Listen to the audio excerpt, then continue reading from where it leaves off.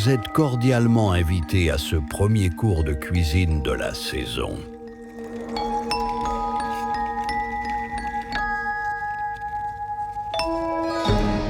Cours de cuisine du 4 novembre 2025.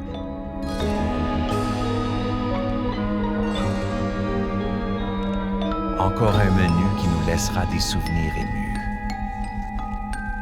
Acra de poisson, sauce chien. Ravioles maison aux champignons et sauce crémeuse. Crème marbrée à la poire, miel et cacao. Des vins qui fleurent bon le midi. Donc on a pris nos dos de cabillaud. J'avais fait préalablement chauffer de l'eau, on va dire fortement salée. Je les ai plongés dedans dans l'eau frémissante, environ 6 minutes pour qu'il soit cuit. On vérifie qu'il est cuit. Je l'égoutte bien, je le laisse refroidir. À côté de ça, on a pris, ça c'est pas sur la recette, des poivrons, parce que j'ai mis que des piments oiseaux, mais on a mis des poivrons, 2 poivrons rouges dedans et 2 piments oiseaux. Donc on a simplement coupé en 4 les poivrons, lavés, coupés en brunoises vraiment petites, oignons blancs également. Ce qui n'est pas marqué sur la recette, c'est qu'on les a fait cuire, c'est-à-dire c'est plus digeste. Donc simplement au beurre, on les a fait suer rapidement pour les faire tomber. On les a réservés de côté. Piment oiseau également dedans, assaisonnement sel, poivre. Donc ça c'est la masse, on va dire dure, oignons, poivrons, piment oiseau et au beurre, tombé au beurre. Une fois que le poisson est froid, on l'a émietté, mais vraiment émietté. Je ne sais pas si vous l'avez bien vu, on l'a vraiment rendu effiloché, on va dire. On a incorporé la masse en dur, poivron, piment, oignon cuit. On a mis le persil plat haché. À côté de ça, on a fait la pâte. La pâte, ce n'est pas compliqué. Farine, 300 grammes. On l'a fait combien? 3 fois la recette, 3 fois. Donc là, en gros, il y a un peu trop de pâte par rapport à la recette initiale. On n'a fait que 3 fois la pâte et j'en avais de trop. Donc, on va dire, pas tout à fait de moitié, mais d'enlever un tiers. Donc, en gros, voilà, c'est ça qu'il faut compter. Mais ce qui est important, que je n'ai pas noté, c'est pour 300 grammes de farine, 35 centilitres d'eau. Donc, on mélange ça simplement, on fait un puits, on met l'eau, on mélange pour que ça n'y ait pas de grumeaux. Donc, on incorpore une première partie dans la masse. On met la levure chimique. On mélange vraiment bien. On voit vraiment pour obtenir, vous voyez vraiment là où vous le voyez encore, une pâte vraiment harmonieuse qui se travaille bien et qui n'est pas trop coulante. C'est pour ça que je ne mets pas tout. Et pourquoi on m'a posé une question, on va dire, tout à l'heure, pourquoi je n'ai pas mis la levure dans la pâte? C'est justement pour ça, parce qu'il y a des poissons qui absorbent plus que d'autres. Donc si on met toute la levure dans la pâte et qu'on n'utilise pas toute la pâte, la crâne ne gonflera pas. Donc le but, c'est vraiment d'avoir toute la levure dans la farce. Après, on fait chauffer l'huile. Alors, vous avez la possibilité d'utiliser soit une friteuse, soit l'huile comme on l'a utilisé ce soir, autour des 170-180 degrés.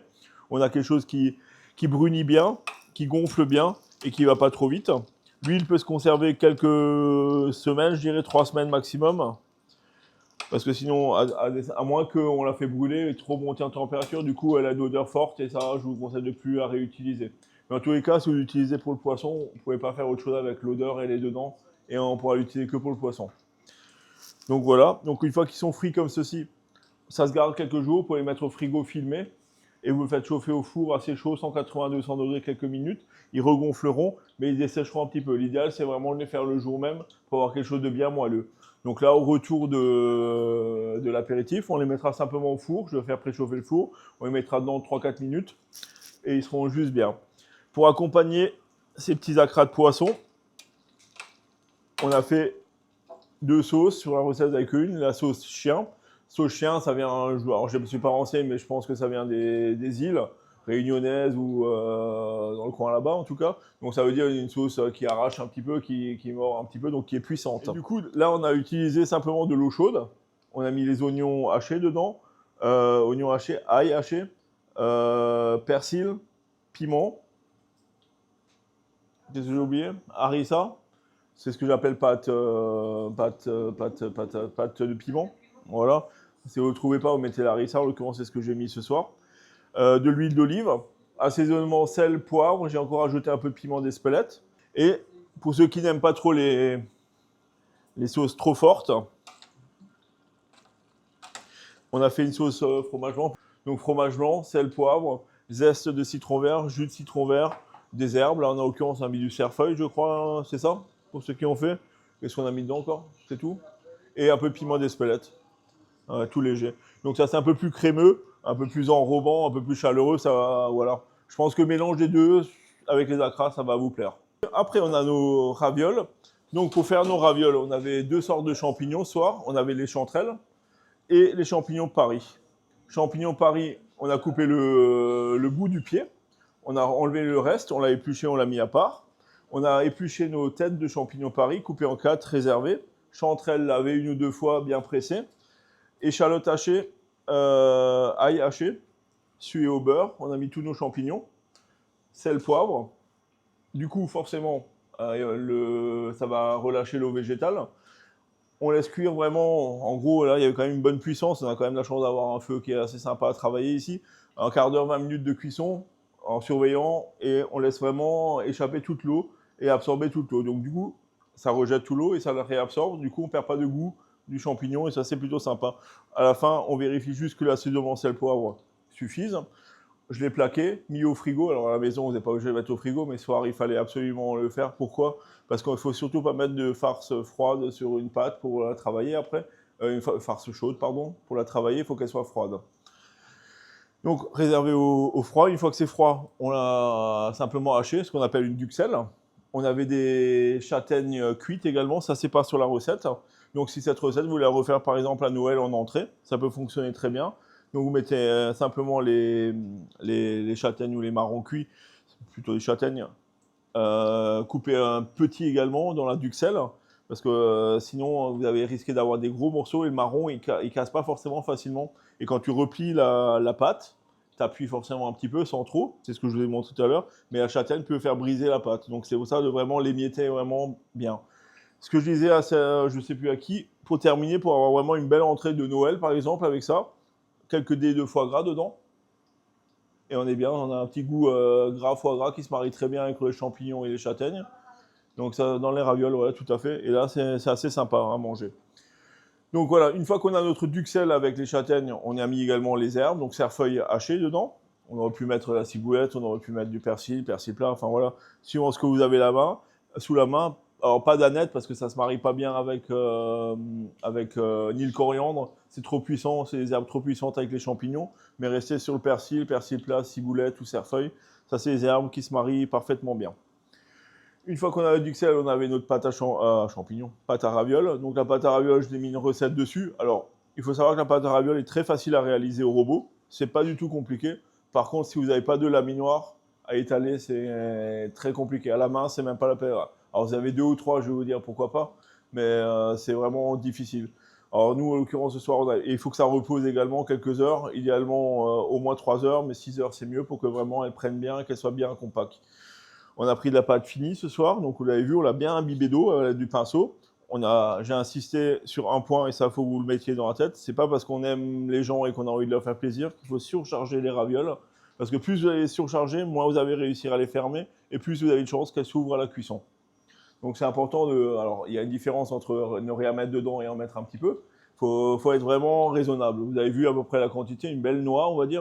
Donc une fois qu'on a la pâte, on l'a imbibée, on met notre noix de farce, donc champignons, duxelle avec les marrons. On le referme. À l'aide d'une fourchette, on appuie assez fort pour vraiment bien souder la pâte ensemble. Ensuite, soit vous pouvez laisser en carré, c'est pas plus dérangeant ça, seulement vous avez moins de pertes, vous avez un peu plus de pâte, ou alors à l'aide de l'emporte-pièce adapté, vous faites une forme. Ça, c'est à convenance, mais c'est vrai qu'en demi-lune, c'est plutôt sympathique. Voilà. Ce qui est important, c'est de bien le mettre sur la farine et de laisser, on va dire, sur un espace sec. Il ne faut pas qu'elle s'imbibe d'eau et qu'elle dessèche plus qu'elle soit humide. À côté de ça, on prépare un gros volume d'eau salée. Donc, une belle ébullition. J'enlève la casserole, je les plonge dedans et je laisse entre 3 et 4 minutes de cuisson. Puis on les égoutte et on les mettra sur assiette.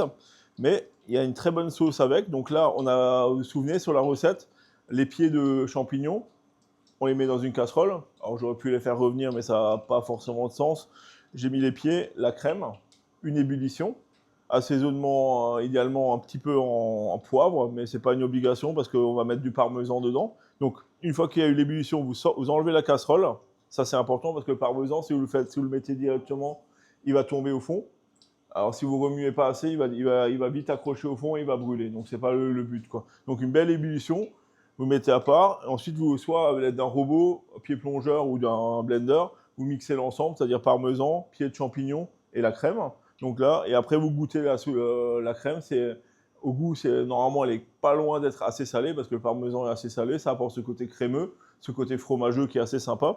Tous les restes de champignons d'Uxelles qu'on n'a pas mis dans la farce, je les ai incorporés également dedans. À côté de ça, vous n'avez pas sur la recette, on a pris des tomates. Alors on aurait pu les monder. Monder, ça veut dire enlever la peau. On les a coupées en brunoises également. Le reste de marron et le persil et le cerfeuil haché, le reste. Donc tout ça, je mets au dernier moment dans la sauce pour apporter de la couleur, du craquant et du goût également, mais vraiment au dernier moment parce que tout ça, ça tombe assez facilement si vous le mettez trop tôt. Le persil n'aura plus de couleur, la tomate va fondre et le marron va se décomposer et on ne va pas le retrouver. Donc c'est vraiment un élément à mettre au dernier moment. Et là, on laisse la sauce simplement comme ceci. Vous voyez, il y a eu juste une ébullition et là, une consistance crémeuse. Le parmesan suffit largement pour lier l'ensemble. Voilà. Pour cette recette-là, je pense que j'ai rien oublié. Il n'y a rien de compliqué. Il faut juste bien respecter le process et l'avancée. Les ravioles comme ceci, vous les filmez, vous pouvez laisser à température ambiante. Ça ne craint rien, à part si vous mettez du foie gras dedans. Là, il faut les cuire quand même rapidement ou les mettre au frais. Mais ce n'est pas l'idéal parce que ça va prendre de l'humidité. Mais si vous les faites comme ça, juste avec les champignons, les laissez 3-4 heures à température ambiante, ça ne craint strictement rien. Pour le dessert, on a une sorte de compoté ce soir. Vous allez voir, c'est assez sympa, compoté de poires. Donc pour ça, il faut des poires mûres idéalement. En l'occurrence, elle était très, très, très mûre. C'était très bien. Pour le goût, c'était super. Donc on les a épluchées, épépinées, réservées. On les a mixées avec la purée d'amandes blanches, c'est ça, hein, qui est là-bas. Alors ça, vous le trouvez, entre guillemets, normalement facilement. Donc du coup, on a respecté scrupuleusement la recette. Donc poire avec le miel et la purée d'amandes blanches. La purée d'amandes blanches apporte un petit goût et après, ça va figer. En fait, parce que la poire, quand tu la mixes naturellement, forcément, ça liquide, c'est pas... Voilà, ça, tout à fait. Et du coup, après, la purée est quand même dense et à froid, ça lie, tu vois. Donc du coup, on a vraiment une compote. Après, ça forme vraiment comme une compote en termes de goût. Donc pour obtenir deux couleurs, simplement, on a fait notre masse, donc poire, épluchée, épépinée, mixée. Ensuite, on sépare en deux. Dans une, on rajoute le reste de miel et le cacao. Le miel apportera un peu plus de sucre dans une masse. Et on fait un montage, donc on en met un petit peu au fond la blanche. Avec une cuillère, on met la brune. Et on fait un petit montage pour que ça fasse quelque chose de marbré. Donc vous verrez, après, on met ça au frigo. Et on laisse prendre pendant 1 heure, 1 heure et demie. On a quelque chose qui est assez sympa en termes de goût. Alors effectivement, hier soir, on me l'a dit, Cédric, d'habitude, tu mets toujours un croquant. C'est vrai qu'on aurait pu faire un petit biscuit dentelle, un cigare, enfin quelque chose pour apporter quelque chose de croquant. Ça aurait été encore mieux. Ou un spéculoos, ouais, ça aurait fonctionné. Seul reproche du spéculoos, c'est que c'est un peu trop sucré. Voilà, je crois que j'ai rien oublié par rapport aux différentes recettes. Mais normalement, ça peut vous plaire. Enfin, j'ai même pas de doute. Voilà. On peut passer à l'apéritif.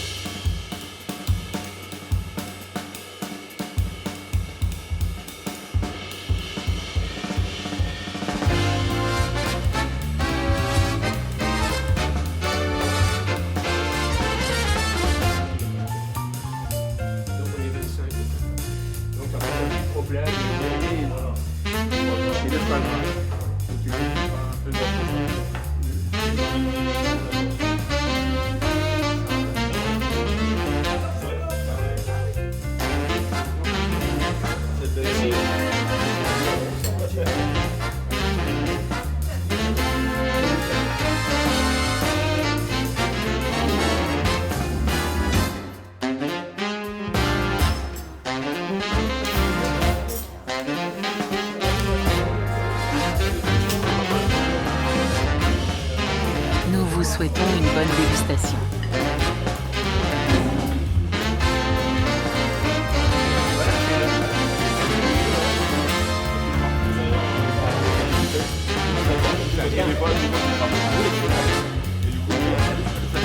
Ça fait plaisir, hein.